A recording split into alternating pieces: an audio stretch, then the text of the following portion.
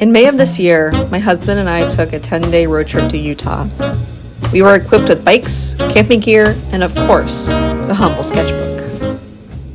So I've taken my sketchbook with me on plenty of trips before, but I've always been a little loosey-goosey with it, like maybe I'll sit down to sketch, but I probably won't because I'm traveling with other people who don't necessarily want to sit around and watch me doodle for an extended amount of time. I also personally find sketching from life to be very intimidating, something that I need a little more practice with, so I thought this would be a good opportunity to do that and also just to play in my sketchbook. Spoiler alert, this did not exactly go as planned, as you will find out.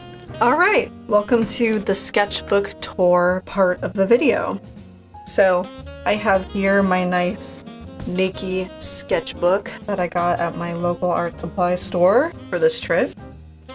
I don't have any fun stickers on it because I felt like they needed to be Utah inspired, and I didn't have any of those. So if you know any artists with Utah inspired stickers, maybe I will get some to put on here. Otherwise, she's fine just being a Nike sketchbook. Alright. So before I left on the trip, I did fill out this first page with just a little introduction. Let's go to Utah. Very straightforward. I put, of course, the very famous Delicate Arch right here.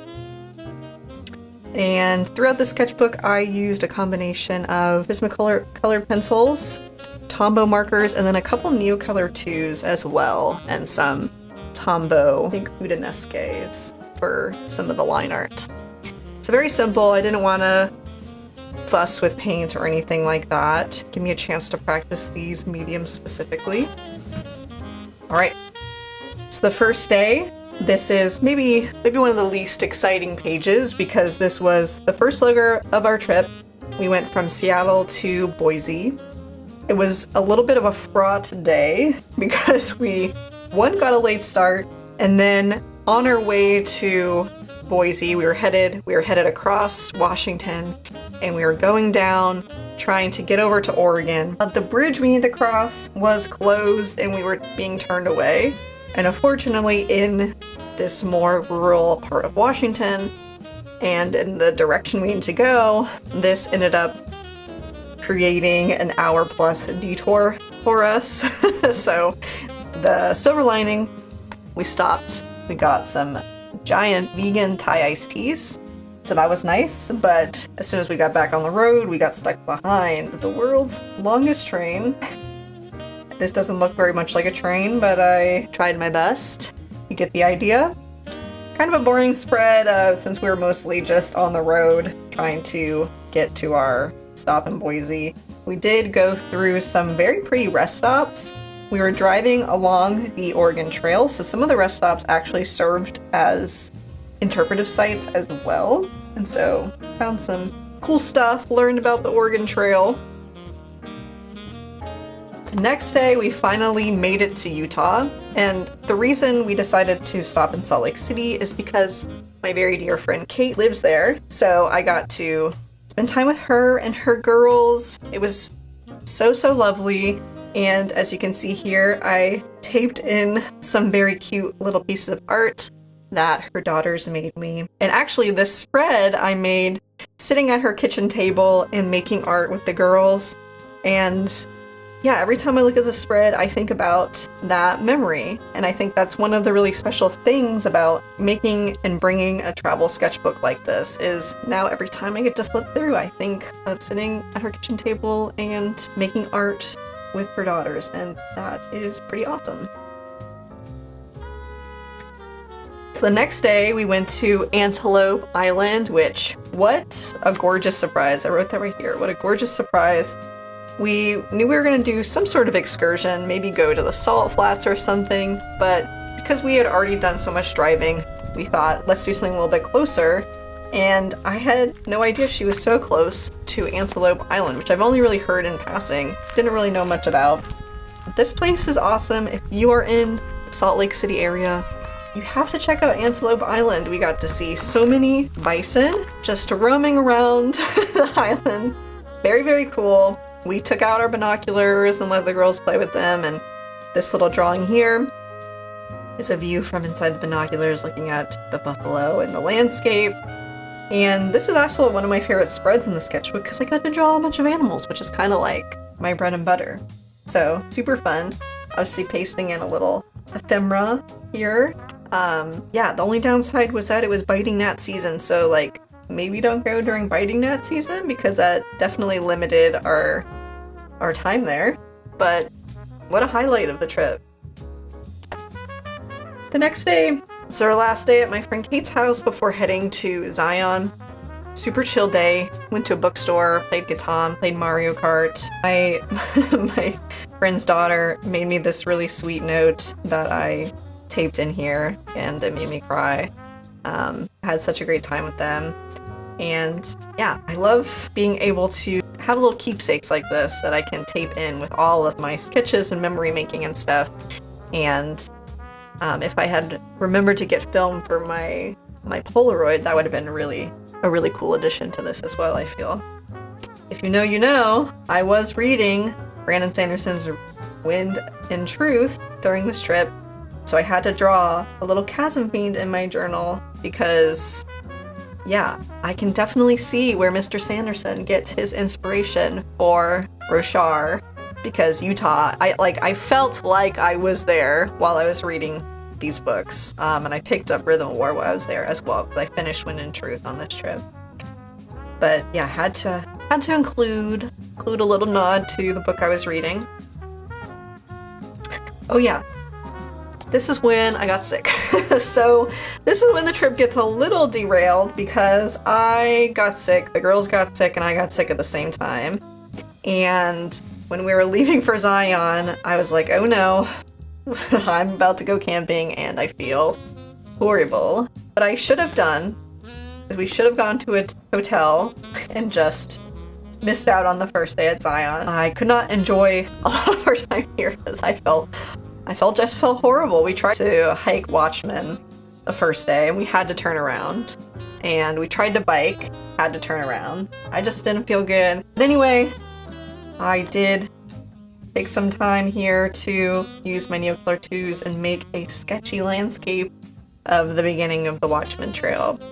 I love making sketchy landscapes and I love doing it with the Neocolor 2s. It's very fun. It feels like playing with crayons. Oh yeah, so most of these spreads are now, even though my intention was to sketch this all planar, is that how you say it? Out in the world, sketch while I'm in the location, because I do really need practice drawing from life. I really struggle with that. I think because I was feeling so bad, a lot of these spreads ended up being created after the fact, unfortunately. But I just couldn't bring myself to be creative or do much of anything, at least the very first couple days. So Tuesday at Zion, we did attempt Watchmen again. I was feeling a little bit better. We were successful in doing that hike, and we decided to see the Riverside Walk since we didn't book any of the equipment or things for Narrows because I wasn't feeling well. And we obviously didn't try to put in for a permit at Angel's Landing, which if you know anything about Zion, that's the big boy hike, big girl hike. I just didn't think I would be able to do it because I wasn't feeling well. So that's okay. I was bummed out because I know you can see California condors up there, and this was my not so great attempt at drawing California condor. I really wanted to see one. That's okay. Next time. I'm hoping we will be back because we did do the Riverside Walk just to go and kind of see the Narrows, and I had an extra pair of shoes, so I was able to walk into the trail a little bit into the water, which was really cool. Obviously, we did not go very far at all because we were not equipped for it. I was not feeling well, and David, he did not have a change of shoes and he went barefoot, and that would have not been very safe to do for very long. So we just kind of got a taste for it, and wow, what a unique and very cool hike. I would love to come back and actually do it again. Another shout out to the Stormlight Archive, the Narrows, exactly how I would imagine the chasms after a high storm. Sorry if you're not a Sanderson fan. Next spread, just some Zion flowers I did with colored pencil. I don't know if these were actually asters that we saw, but they did look like asters, so I wonder if it was a type of aster native to Utah, southern Utah, but very beautiful. I love asters. And then some cactus and some other flowers. Next day we left Zion with the intention of heading a little further south, going for a gravel ride, doing some more camping, but not even 5 minutes in the gravel ride, I had to bail. I just felt horrible. It was even hotter here than it was in Zion, and the terrain was very technical, it was very difficult for a gravel ride. And so I didn't think I would be able to do it, especially when I wasn't feeling well.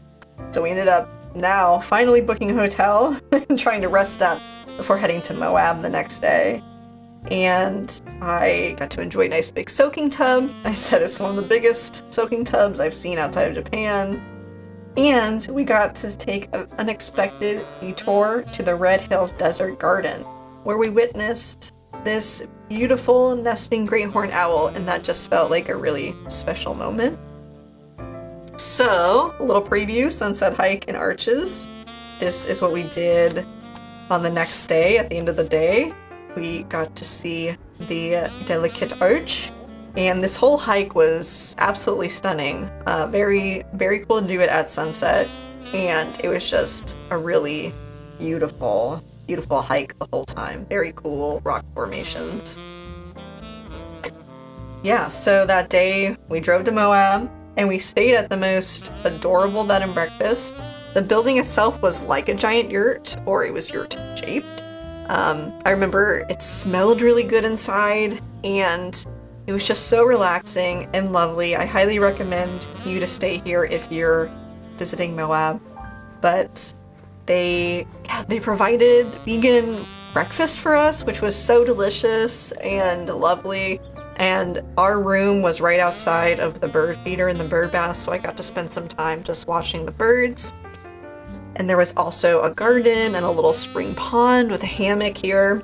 And so while David was napping, I spent a lot of time over at the spring pond, just me and the bullfrogs and the ducks. And I created one of my favorite spreads in the sketchbook. I mean, so fun. I love all the colors. And it reminds me of sitting out there in the hammock, reading my book, and spending time with the toads and the ducks, or the frogs and the ducks. So, yeah, I kind of like this composition too, where it's not filled in all the way, but it kind of like comes down to a point here. But I also feel like it would be cool to fill up the whole page. So, I don't know, I do want to make a print of this. What do you think? Do you think I should fill up the whole page? Do you think I should do something with just this shape here? I don't know, but she's gonna be a print for sure. Yeah, I love this one. Some birds in the bird feeder, or at the bird feeder, or around the bird feeder, I should say. Lots of house sparrows. Got to see a woodhouse's scrub jay, which was pretty cool, and of course, our loud friend, the spotted towhee. He was digging around some leaves. Definitely made himself known. So our last day, we went to Canyonlands. Specifically, we did some small little hikes in Island in the Sky. Still trying to take it easy. I was feeling much better at this point. I didn't want to push it. And this was the most accessible part of the park, Island in the Sky. This here is actually from a different part of the park we didn't visit. I think it's called the Needles. But I really liked how this looked, and it kind of fit perfectly here in my sketchbook, so I went ahead and taped it in. I really need to get a glue stick. And I love how I could interact with these little pieces of ephemera by sketching on top of them. So we did see a bighorn sheep, which was very exciting, and some antelope, and yeah, had fun just spending our last day in Utah before driving home. After we did the hike, we did finally get to take out our bikes. Thank God, because we brought them all the way from Seattle. It would have been sad not to use them. And unfortunately, even though we were in Moab, sort of sort of the motherland of mountain biking. We didn't get to do anything too crazy while we were here. I did, again, didn't want to push it, and there was a bike path that went from Moab to the Arches Visitor Center, so a little 20-mile ride. We did that. It was fun. It was nice to finally get back on the bike.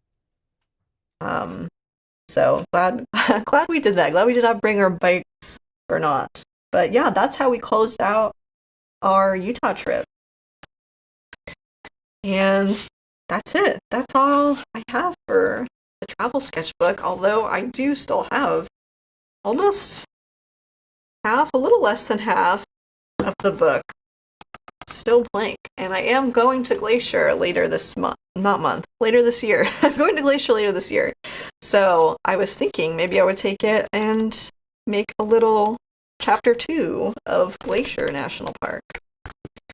But yeah, I hope you enjoyed looking through this sketchbook with me and having a little chat, a little sit down, a little flip through. I know I feel like it's maybe not the most beautiful art book sort of inspired sketchbook, but it's real and it's raw and it's just, I don't know, it's special. It's special to be able to journal in this way and to memory keep in this way and to be able to flip through this and have those memories sparked from my time in Utah, my time with my friend, my time with my husband, hiking and biking when we could.